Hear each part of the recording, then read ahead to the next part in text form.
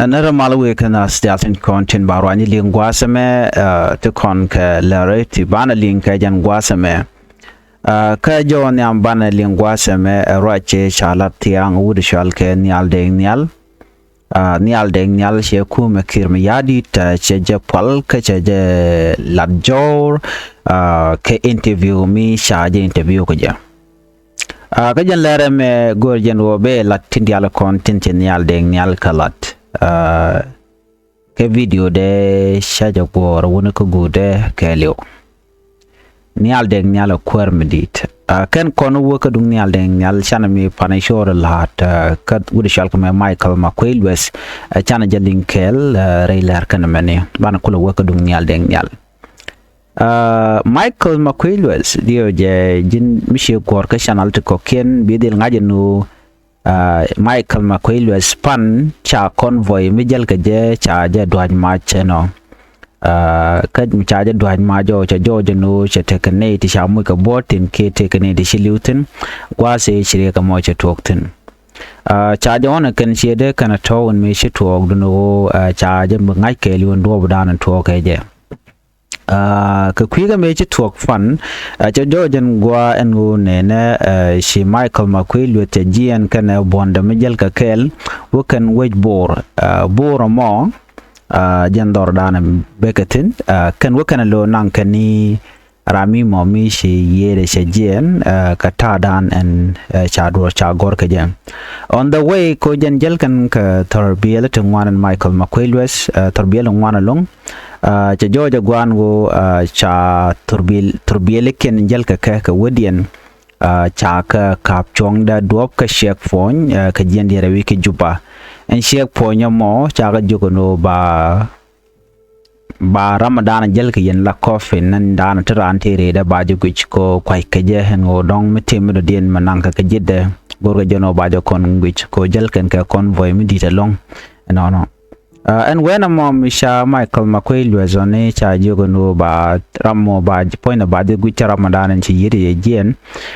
shi makuei luɛth la de ne ka shi kana lok no an wo dong de ponyra de je guch ko tere ya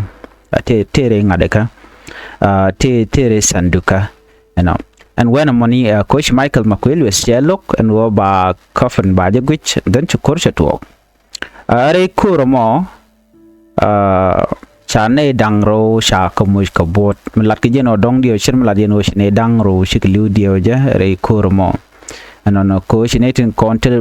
ke ala makuei luɛth la neka kenet kon ya je ke shek fonyo mone kenet kontin dong shiro dien bar anono shu wudi shal mal maker shu racha la do nena shi makuei luɛth telmi shejek guate tin telariek dundo chikan lado misunderstanding ni jen katara ni kan lat keja ko nanga poera nanga jere wi kabor so mission na me de ko ni gujeno gwase dan dio je ka korun tong wanta chewu before 2013 kan koromo kan to la tede la lat ke dong mu kula te ke general mentama tega yudu ngone la kan ke re wich ka juba ba ka nanga torbili an torbili mo dong ba tiang ka yutu ngwan bala do te ram shi yere shi jen mission mo so yutu ngwan cha ga nang rar ke jen kuje mone so right now malat kono gwase me cho jojo gwan wonen la makuei luɛth kananget but question dan wonen me makuei luɛth rami mu mijen we bor ka rami la minister of information metidi makaling ngone tin kontin la dinye tin da dop ka checkpoint no ko checkpoint en chalka ma pau jen gwal danen to korten ka shanga yan dangro bakkel ka pai wel ron kin dangro jan dangro diich jen gwal danen to ri motin so de konti jeno diego jeno na me take mu do dien mun te kwise mi mu dong sia jan danen te ngwane ka je so jen do badanen shi rekte to ko je makuei luɛth watel bon me je bat chi ko wona ka bor chi ko re wi bor jan gwada danen en wukenten so nyan ta dan chalar ke je kwa kuje no ngum borore lat and then ka kore me sha ngaje no shi makuei luɛth escaped unharmed gwada danen shi ralje tokten kam de ne ka kan de kon daga checkpoint chude shalka me chief of defense and pai kwany chelado nene ba checkpoint an te kama pau checkpoint ba je dilga la Chief Defense Force General Paul nang che order mo che jitu jana ba shek ponyo mo ba de ga kan shek pon cha de ga na fan ka jodan shalat ko shi koro mo che to kam de ni kan ne kan Minister Information, which mean that da kon jako and Michael makuei gule tel control katin kon lat ko re ka South Sudan tele jele de ke tele matuo ka je ka ta dan shan gwasame ko mite matuo jala to den dong de all the information they show out and queer no Michael makuei generate which we bore so kuje mo a charge first that drop anyok jen jala ka convoy medit along. So it means that there's something can con and ngach but ka waden be bana lo da ban ngach eno ka ta da len waru den ke gwasame kwana we kamandana do DNA shala tiang wude shalka me nhial deng nhial ramkel medita long bana jode ban jelinkel gwasame ja joja gwanu nhial deng nhial shala rami mo micha ti ka cha interview antini man chati ke je jojo gwanu jen kene kuumɛ kiir mayardit eno share the link ke je ti diala kon tin latke kiir tin nyode jojo no nhial deng nhial shakala rar ka jen lere me calling and a very important gor jeno der ander jeling nhial deng nhial one of the figure mangai ke longrai which ka South Sudan nega during a struggle amenata me mishaku mishaje jegane chana right kamanda and nhial deng nhial lat ko bikon kula tika ngany magwa katin kon lat ko rodien kenyam nhial deng nhial ke tandan che jore shelat ke je ramukui nhial deng nhial jen rami mumela political figure jen teleja idea ko dong der ko der jek but katin kon teche which manyam men banaling kan nhial deng nhial len chati je baje kap ka question bom nhial deng nhial jen chaje jogno jin ngum jen ka jire wis ka juba abun ka London bi part Michelle South Sudan Salvation Movement bujo chak elengu ngum che chak jire which and gwasamane jala do ne and misha party dene me misha je form within South Sudan ke inside Juba de yen ke de detain sit kata dana cha da kuma cha je yen ke je ke kata dana cha kolkor ku cha je yen ke je mana others friend of mine ke jo shalat ajana gane te yan ga ke shi ga dore kan galat ba da go chicken idea ante ke kur kir chicken expose ke lokane nhial deng nhial chela do right now mu dong arami mo mi tere which ke cha party de cha chak da jo gwa en wo hen de yen ni right now chene te ke chance ko de right ke ye ke de enjoy de yen ling ke jen interview ke je jang el the council ke jang tin content kwa South Sudan kwa je shape ke tin kwa kin yadi kwa wide kwa je nang ke do badana de na de ke yen ke je la interview she simple thing do badan and take je ko jen kwa ja attack everywhere kwa attack ku jema kwa ja attack ku jema ke question it kan to kan bagorno banyo ya kel array for gam kan me bilin kono mene nhial deng nhial jen question sha kame sha jogono jin ci jere which ka shi we ka London ka shi padu ci jaw kamrar tin lo jiram kel mu ci jena tama jin ngumi mikene lar kiir mayardit no teke te jere lar kiir mayardit ke shi nhial deng nhial she lar ke joden go nene an teke mi shiro da lat la de yala ti jene ke tishine ka lat ne ke nyam but shi kuumɛ ke party SPLM she ken no she ka address che men nyam che la do nene ajane kenyam kuumɛ SPLM la mission de me shala Dr. John Garang no wal shala do ne la mission first phase che ko talk la pardon yam by the way ke struggle dung South Sudan jenene pardon yam misha South Sudan cha je liberate cha South Sudan cha independent je jek and then misha je ko jek che 2011 Dr. John Garang jere ne kon dial de no kunyur de ne dial te kon te la jiwich de ko kam kwara la people de na de ko kam power de ka kwara nok lo de ne de ka na ku kwany dundo en wo brand be ben mi na ku struggle ci kir mi yadi ci be keben wo ne na ajene na medi ajene rewet ko ci na struggle ka South Sudan ba ci jan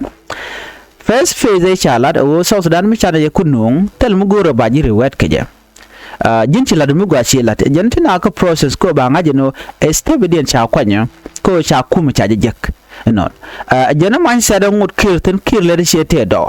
so en wo cha so zran cha je libre ngoda jen nong ti struggle tin no jena first face en yam man chana lat jeni ci kon we dan chana kamrar ka kuumɛ Sudan jen dan tin no mo che kwesina mo che je lo jeno no cha nyaw ti jeno ne jin dictator shit kane dia ko ken shit kan dak ma charge kan lat shi kane ko ken kan kalat shi nyal deng nyal chelo je gwano ne question mo gwano juk yenan wo en dictator shi je no en shi dictator shit kane dia ko ken but during a struggle in ran chero mo kamach shi nuk tu ke je bado gur je no bisa Sudan bala free Canadian content yar ke shit ke ji North Sudan ki jalam ne yala do jen do badana na ka me ke je anyok cho man sere dana te ko na dor en ran la lib ne order na cha kami ko bowe no shela de gwano ko to kon ka me kon dial me na dor man sere mo me dan na ka struggle so en ran tele meeting te cha men mat she no kana ka tok jarama ka jala medan medina dor bat to kon ka odor mo bumbu mala kam ko kon odor mo be ka nga be ka Dr. John Garang ma biur jen mi shoro je kana tele meeting mi chaman shol jen te diala te ke radio ni ke phone call bana yare dan ba order ba je tu bno wona gwata menene je ne kana tel meeting ne te chamen reale ka bana bi ke nyur ko gwaze dan ne dial na kor bi ke no gwa kel karwade shela den wo enamo ekel metna dor ke je son wo chiro mo ka ma chelo no jin dictator but ko ka dung struggle of course ci ko lar mo chara la chenyo lat bon wo ne ajane na me mission men wo so Sudan belete ka ta danan te ke je chet ka wo lar ke je no SPLM jela no wal ne ko gwase dan before that and wo bina bike jien ko chati no jin ngu muto ka SPLM jegede chawen ta me tena ka je dor chawe Dr. Yeng Machar and wo to ka 1991 Genesis gen first time and we called but 1991 Chikori talk before that in 1991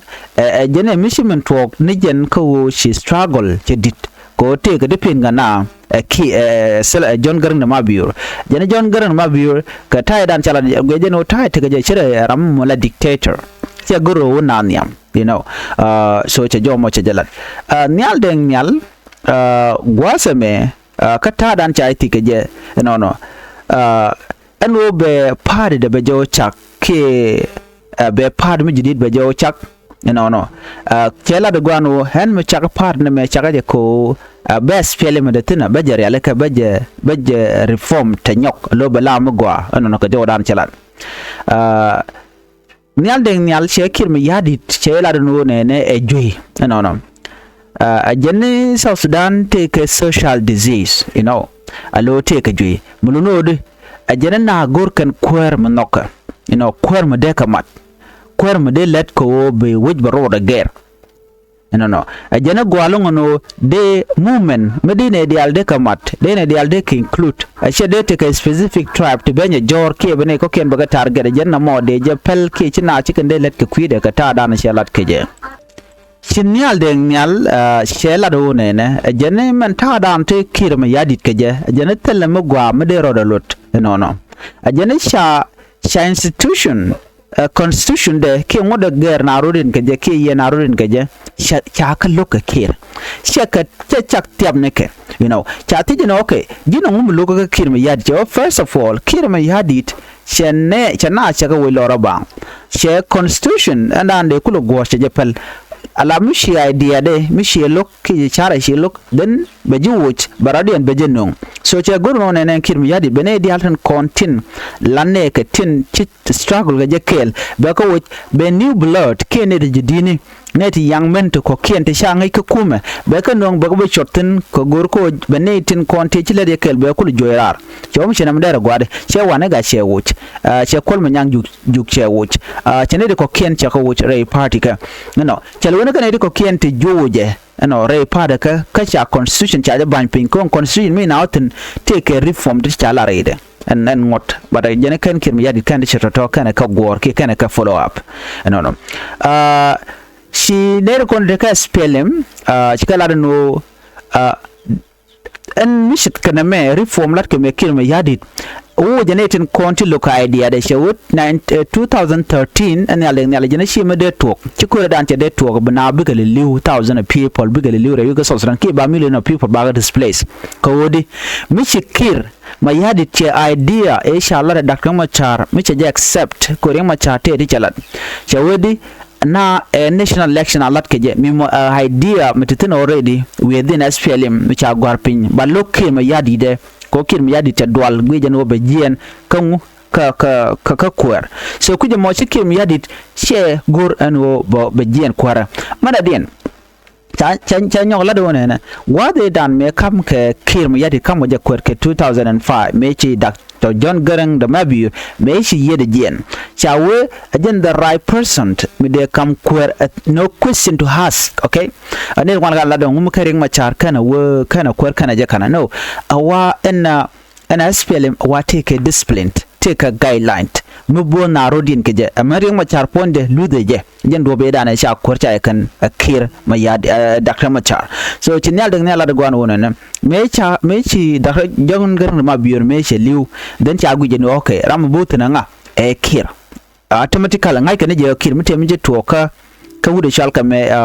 John Garang ma biur shere me che liu e kir mayardit dewtena me chi yede me che jien shu kir shu ten la tok chang reng machar kan tok de kan je lep ko ngai je no taken care policy taken care guideline there is a constitution mo gorka and constitution mo gorka na wonene mishi so Sudan che independent ajik che first face che ko tok ala face nyam che de ko la no struggle nyam ke cho nyam ye to lo cha independent ajik den de na ko binyur tama chana we dan chana ku jek as South Sudanese people chikono ku jek chako gwa right now what is the next move second phase bakuben ba national election ba jeleli ba jelat national election mo o ba transitional government ba je form bi je which pan can tell la people bi karam no kane bi kana ku kwany without any question mishik ne to total la jiwen mishika kwany and then bi akwaruna sha kwany bi be shu right agwa terek and then would by to transform by development by who know yen kweramo jen taye dana sha ngwana sha ka pinge dem nyal de nyala la do wonene me chi tam cheben and the election de lat ke 2015 you know chikim yadi chengolel cha kur che jeto ko lok jen go tincha ti Dr. Machar ba ka lalet ano ba transitional government ba jelat me ba kuin kwar ba jelat ke je ko ci na ko jen tam ka power struggle ka struggle ko re nyi na ga jalam ni che ko to ko na to na ko kwa form ni government mugwa mi biya democrat jo ci kir mayardit che idea mshena mo che gorno beje chop no jo Dr. Machar jo wo ken je kwaradial ajene jen tukor ke 2013 again the same thing me chi Dr. Machar me che ben ke 2015 chu ala idea ye dane cha logo point en kir mayardit ke 2013 chu jela ben accept ke 2015 o ba transitional government ba lele ba je form and then ka chu kur chu nyoko to ke 2018 the same time chu kir mayardit chu transitional government chu nyok men no ko jen go ba wich ba je nan kongo ba je nan ke national election kinyal de nyal ko wona na akwar mutede mudena nago ka idea mishala da ka be jela wonok after some time 1000 people chikliu angu mutwoka kir mayardit kinyal de nyal che jomo che jelat mo very clear kinyal de nyal la no ne mo kwa partner me kwa je pom ka je SSSM ke South Sudan Salvation Movement au be idea an cha look kir mayardit be jagwor be jarialika ko be sasden nisnedial be kanoka main party so mishi party SPLM me nyogolo goika ajene be nyogo jien be lutin ko agenda na lokna jogde ne ideal che jo mo che jala no a chani al den nyal ba cha jale ne tej bano ka ta mo mo lokka Dr. Machar ke jen tamare ti jien gujede e fair che women nyam mireng Machar che dol che je duir kane je kwara de je di look che ke enera mo de look ne ano de look ke de duir dan en kana lat me ye duire la tok den de je kep ke je like another leader tin kon mission che duir che lat but me reng Machar loko je ke politically motivated ke siasa like Quatargene tribe specific tribe ki Quatargene Nuer dere jojo gwana wodi luka me che de wo woniam of course jari ma cha de je lugmi che dwer che jalat so jen jodan en che pektin na mone me ko ne ngaje no de si agurno de do de je politicized and look ndana look da kama char ka je nial deng nial gwad mi mo kwaje interviews tine to want to tin jinubin no take den kanete content like jungle the council ne content kwa South Sudan kwaje nanga duobe chiga ngoro no te national election mi de jelat chikan nial deng nial chikan attack many words no ajane mi parliament take kiir mayardit miche service na gorka miche je be deliver ajen kunel woko ba new movement ba je form jaroi ke kwi pagana mum ko chagu jeno chewo pagana mum aram kel munga jeno de wi dar wede ajen minen pagana mum chero do woji chewo kom shalga UPA jo the same thing ka ba sha part da sha chak chola SSM ki South Sudan Salvation Movement and party no more che nyo mla da ka UPA United People Alliance jena party ni a combination of four party dio je mi dung nyal de nyal yotin be ka dit ajen ma madro tin ke je wone de ti ngai ken manana to kan to man peace ni sherif shane no sha dak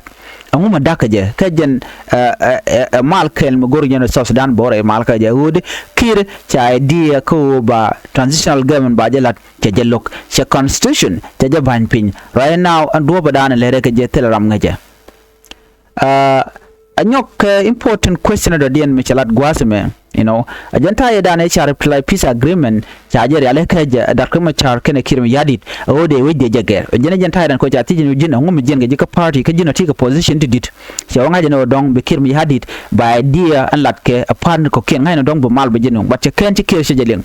so we tried many time ko the transformation de jalat the SPLM de nyoko marial ga jaga but kir sha idea o bena be ka par be jiwich ne de kontre be ka kam men gor kene kir mi yadi che kwit chora ina ngode ban South Sudan nyoko muko ko liberate ka jen second phase de content ko South Sudan mu ngod ka first phase te kir mi yadi tine tele development bit tin rewi ka South Sudan bela corruption karwade kelu ere na moka nial deng nial ne to wana ko ne ke je changa je no nial deng nial kwermo gwa ka tin kontin dial tin chalat chati je long wona ko men bikari lelidi kana ji we dial take je kan all the citizens of South Sudan take jom cha ko lat gwase me chati je no ne kajin mi kirmi yadit yetama chaji suspend already cha woni je ka pare dun kirmi yadit biya kula rajidi right now ko ci telngo tell power no Brian Kirma Yadit Kaja. So that is the reason why I moved from Juba Shauka diaspora. Ko ngaje no matara wika Juba che Kirma Yadit che no right ne de yenene they detain they tell Joe changa kel. Right now Kirma Yadit mission no barai kana. Baje force international community because South Sudan we jeka. South Sudan chunjan ka goy South Sudan wonjen ke jek so kujamo be South Sudan be mal be dil gor bezil ben karon table ko janda na gorke be na be ga ke dialogue tel manyu bayot but mo kire lok shirka men logo jana won ajen ku yana no te ka ne tamata dor serilo Thomas serilo te dor kuma spela yon quality natinelo yete dor to pan ko ken te ga dor kene te ga dor ko kunka o kir she no go obetede baraje mo be jano te ga very important question mi cha te shawomen te ka dakama char wa to budan sha transitional government cha jalel ge kene konta jang elder council ten konon kwa garam kwa ja attack read cha jigono ko cha jigono medane sha transitional government cha gorno jen baji implement ke je wa en dakama cha tel solid ground tel government wa nyanga dialet etek tele power jentara lar kan jagan jang kan da kama cha tele jela power mid the peace implementation de lat keje ko jin la kula tika power ba peace ba je kulat keje so ngai kon dial ne me kaj reng ma cha der ku tel power reng ma cha tika power but we transitional international community chigan goro ba mal ba jela so cha je weakness jang na mene kane min chalat keje o reng ma cha tele je power chikan trick question chikan to me taken nyal deng nyal keje nyal deng nyal mi shalo yitam kirmi yari no luñu jok ti ali bakari alaka dere luñu jok so of course telerek de lu jok de lu jere kumaka mu bakal la tok no adundu mike mi yadi mi pela na nan wote mi balat ka jana she belalet so no mene shende we but bello re which unless kiir she peace implementation je goron bajeri alika ke che ne diala konte political opponent kaje ne kon loge she ten kon gorkene she kon lalet che ketuman peace initiative bajeri alika and then banawo national election kada of course bagalat before 2026 you know go 2026 again wona ke election wa ko inquire so mi cikin mi adi tedi shaka bunok abagor yana beneti jidin baga no re kuma kata shakwini ke during the struggle moment ko ne kon bom ko lo watch re kuma ka jan do bidin be malba woni am ko jamma ce wotela mal ban mo ke mi yadi we jala no ce ko tok katin je kon le de I'm sure I will come back again ta dan en ce jomo ce jalat ke je ce masirin ce tup kaneten kontin laji wich chet ke de kolarno ngani ne dial sha nyo te jeno kaneten kontin la te chu dor no je chamel kede kon tolno shal solier ngum gije ko kwiden ko kane ti tende dor special nete wala gate walte chipi de ka ngut ka kwa awakan cha ka parwich kiir no eno kane ti struggle ko kire gwenje ruwat ba we kaje kan shemane ka tadan gweje lo simply ti party cha la ki rituals dan cha la dung family cha ga jogo no ne dialati dundia na malat kamene shi dunda jane they are free to join me kumumen dan taten ko gor kon ban so dan ban transform kel ramun noka mish abanjore wen ajin free ko dere party South Sudan Salvation Movement dere je join no chene dial jok so neme jena dual Kiir mayardit keje and gor kan de nyal de nyal de lu jok right now they are going to pressure nyal de nyal ko dere lu jok party SPLM kata danan gweje kata dan teje geje ko di right now kene dial content sha ban pin ka party SPLM Kiir mayardit tin konen cha joj de ko jeno bi kan party dung nyal de nyal bi kan join kamu kan join ci party Kiir mayardit SPLM be chu told already you know but you told so name but you told nyen chani alde nyal chago take a very important question chitko man chala yo gwasmen mu kan lo chargeling what will happen nyal de nyal take it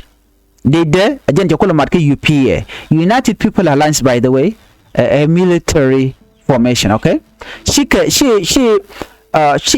siasin bas karodian no kane di share alika to take dene ajena kwa ji ne de kontela mediatory kan Nairobi ke ga Kenya kwa rajo kum South Sudan Kiir why do you guys have to allow these people to form United People Alliance kuga military and kuka lat gwakel kachi jenda right na kaje ko ngai Kiir no mi chaga mat bika bom you know bika bom kel le jelu je ka jama ba na jojo no ne alde ngal take kur ajen mo tisha formation me sha jilat matala option odien de no bana biken kur biken te chire manan nan chalat neti koken so jo me amila road right now kajen dane shalat anyal den nyal kan de koken bugur je en go video de bide go tende share ke ko ngai kon policy but there je ka YouTube dio je ke ka Facebook jaten but ben yo ko lu jog nyok to be able link tin kon shalat right now she quantity chana ka link but full information na dem be nyom real je kam ko biara kon lat ko den biya kula ngach en biya temal ban je kaleran be bye bye